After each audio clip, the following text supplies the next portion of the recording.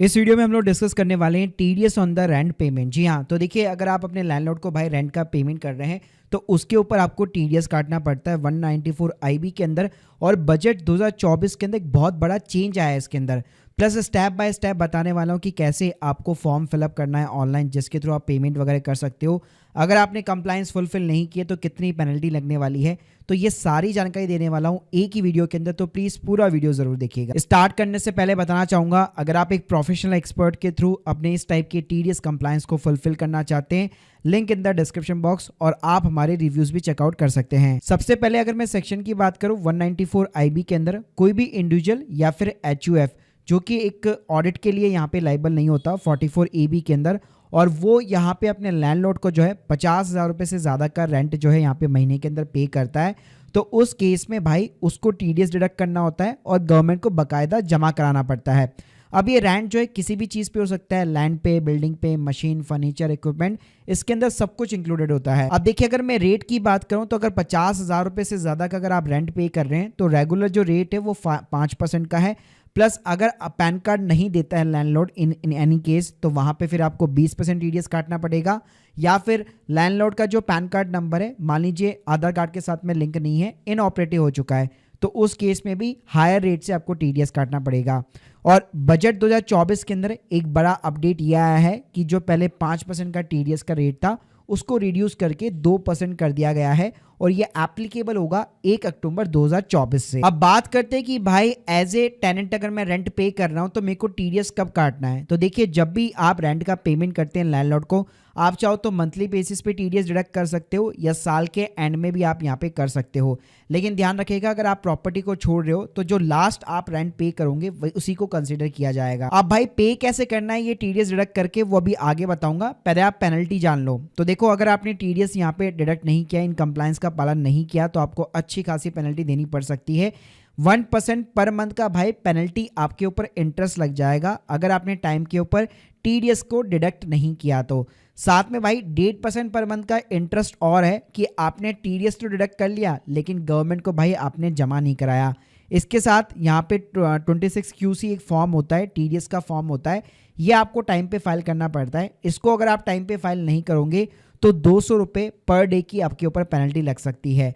और इसी के साथ में जो टीडीएस का सर्टिफिकेट होता है वो लैंडलॉर्ड को इशू करना होता है, उस केस में भी आपके ऊपर 100 रुपये पर डे की पेनल्टी लग सकती है। चलिए बात करते हैं कि यहाँ पे आपको ये टीडीएस का पेमेंट यहाँ पे कैसे करना है। तो आप चाहो तो सबसे पहले इनकम टैक्स की साइट के ऊपर अपना एक अकाउंट क्रिएट कर सकते हो, वरना डायरेक्टली भी आप यहाँ पे पेमेंट वगैरह कर सकते हो, लेकिन मैं रिकमेंड करूंगा एक अकाउंट जरूर क्रिएट कर लीजिए। देखिए अगर आप अकाउंट क्रिएट नहीं करते तो होम पेज पे ही आपको ई पे टैक्स का ऑप्शन मिल जाता है, वरना अगर आपने लॉग इन कर रखा है ई फाइल सेक्शन के अंदर जाइए, यहाँ पे आपको ई पे टैक्स का कॉलम मिल जाएगा। सिंपली आपको न्यू पेमेंट बटन पे क्लिक करना है और थोड़ा सा अगर आप नीचे आएंगे तो यहाँ पे आप देख सकते हैं 26 QC मिल जाएगा आपको TDS on the rent of the property.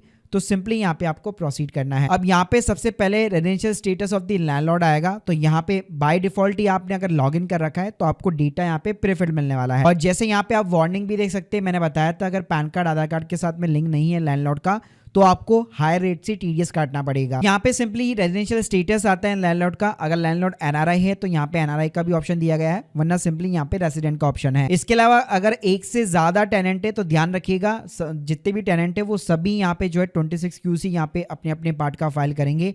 अगर ऐसा है तो आपको यस बटन पे क्लिक करना है, वरना सिंपली इसको नो रहने दीजिए। उसके बाद में अगर आप देखेंगे तो यहाँ पे जो है लैंडलॉर्ड की डिटेल्स मांगी जाएगी। आपकी डिटेल्स तो ऑलरेडी डल चुकी है क्योंकि आप लॉग इन हो। अब यहाँ पे पैन कार्ड नंबर डालना पड़ेगा आपको अपने लैंडलॉर्ड का। तो जैसे यहाँ पे आप पैन नंबर वगैरह डालेंगे ऑटोमेटिकली पूरा डेटा यहाँ पे फैच होके आ जाएगा। आधार नंबर हो गया, नेम ऑफ द लैंडलॉर्ड वगैरह हो गया, और नीचे सिंपली यहाँ पे आपको एड्रेस और लैंडलॉर्ड की यहाँ पे कॉन्टैक्ट डिटेल्स वगैरह डालनी है। अगर एक से ज़्यादा लैंडलॉर्ड है तो उस केस में आपको यस बटन पे क्लिक करना है, और जो भी टेनेंट्स है वो अपने अपने पार्ट का यहाँ पे 26 QC जो है बेसिकली वो लैंडलॉर्ड के अगेंस्ट में फाइल करेंगे। अब यहाँ पे आप देख सकते हैं यहाँ पे आपको simply type of the property पूछेगा जिसके अंदर लैंड और बिल्डिंग यहाँ पे शामिल है, तो यहाँ पे बिल्डिंग आप सेलेक्ट कर सकते हैं। फिर नीचे जो एड्रेस है, जो भी बिल्डिंग का एड्रेस होगा उसको आपको सिंपली यहाँ पे जो है इंसर्ट करना है। उसके बाद में यहाँ पे पीरियड ऑफ द टेनेंसी पूछेगा कि कितने महीने आप रहे हैं यहाँ पे, तो जैसे 12 मंथ्स हो गया। Total value of the rent पूछेगा, मान लो आप जो है बेसिकली 60,000 रुपए पे कर रहे हैं साल का, तो साल का एक साथ पूरा रेंट यहाँ पे आपको डालना है। उसके बाद में यहाँ पे total value of the rent पे डालना है, यानी पूरे 12 महीने का रेंट डालना है कि मान लो 60,000 रुपए महीना आप पे कर रहे हो तो पूरे 12 महीने का रेंट डाल दीजिए। उसके बाद में यहाँ पे value of the rent paid in the last month आएगा, तो लास्ट मंथ में जितना भी आपने रेंट पे किया है वो आपको सिंपली इंसर्ट करना है। कितना अमाउंट आपने पे किया है वो आपको यहाँ पे इंसर्ट करना है। उसके बाद में भाई यहाँ पे रेट पूछा जाएगा, तो जैसे नॉर्मल रेट जो है 5% का है और अभी 1 अक्टूबर से ये रेट 2% का हो जाएगा, तो उस अकॉर्डिंग यहाँ पे आपको ट्रीट करना है। फिर amount of tax related source, तो सिंपली आपका जो भी टोटल रेंट वैल्यू होगा उस पर आपको 5% कैलकुलेट करना है। उसके बाद में नीचे यहाँ पे date of the payment to the landlord और डेट ऑफ द डिडक्शन पूछेगा कि किस डेट को आपने यहाँ पे जो है रेंट वगैरह पे किया अपने लैंडलॉर्ड को, तो वो डेट यहाँ पे सिंपली आपको इंसर्ट करनी है। ध्यान रखिएगा डेट ऑफ द डिडक्शंस और डेट ऑफ द पेमेंट दोनों ऑलमोस्ट यहाँ पे सेम होनी चाहिए। अगर इन दोनों के बीच में ज़्यादा डिफरेंस होगा तो आपके ऊपर इंटरेस्ट लग सकता है। जैसे आप देख सकते हो, मान लो आपने जो लैंडलॉर्ड को पेमेंट की थी वो आपने 8 मई 2024 को की है, लेकिन आपने जो टीडीएस वगैरह यहाँ पे डिडक्ट किया है वो काफ़ी टाइम बाद में किया है, तो उस केस के अंदर आपके ऊपर यहाँ पे इंटरेस्ट लग सकता है और आपको डिमांड नोटिस भी मिल सकता है। इसके बाद गाइस कुछ नहीं करना, सिंपली आपको कंटिन्यू बटन पे क्लिक करना है। तो यहाँ पे ये एक तरह से पेमेंट के मोड्स आ जाएंगे। आप चाहो तो नेट बैंकिंग यूज कर सकते हो, आप चाहो तो यूपीआई वगैरह भी पेमेंट गेटवे के थ्रू आप यूज कर सकते हो।